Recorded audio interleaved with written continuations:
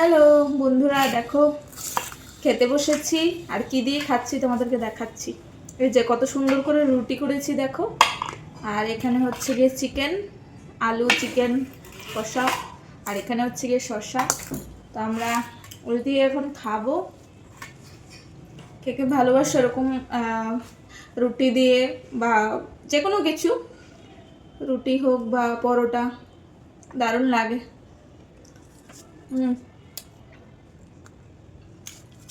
গরম গরম রুটি আর তরকারি, দেখো দেখে পুরো লোভ লাগছে, কখন খাবো, খিদে পেয়েছিল খুব।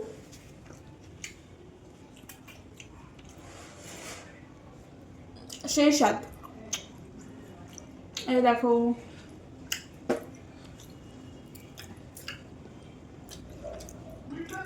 আমি আর মেয়ে এখন খাবো।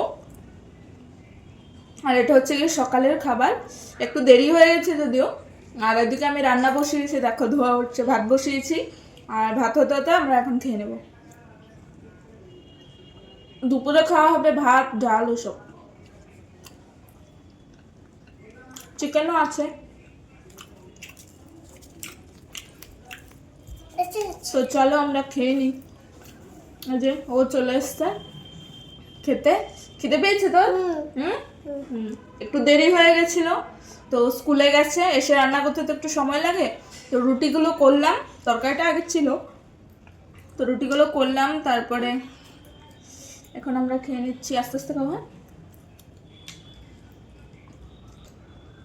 আমি ভালো করে কিন্তু চিবাতেও পারছি না, আমার দাঁতে একটু সমস্যা। দুদিন পরে পরে আমার দাঁতে ব্যথা শুরু হয়।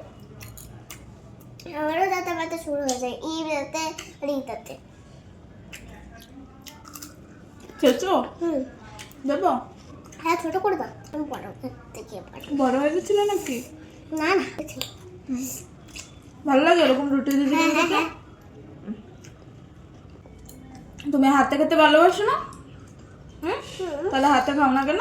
তোমাকে খাবে নাকি? তাহলে আসো।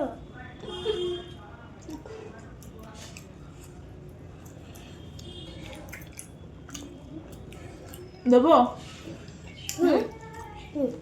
খেয়ে বলবা যে খেয়েছি, না তো আমি বুঝতে পারছি না। না তাহলে আমি খাচ্ছি না, তাই জন্য বলতে পারছি। তো ঝাল লাগছে না? এমনিতে যে কোনো তরকারি রান্না করলে ও শুধু ঝাল ঝাল বলে। আর যখন চিকেনটা আমি রান্না করি বেশি ঝাল দিয়ে, চিকেনটা একটু ঝাল না হলে ভালো লাগে না। যখন বেশি ঝাল দিয়ে রান্না করি তখন তাও মানে ঝোলগুলো খাবে। মানে চিকেনেরটা একমাত্র খায়, বাকি অন্য কিছু কিন্তু খায় না। শসা খাও নেই? এটা কার? আমার।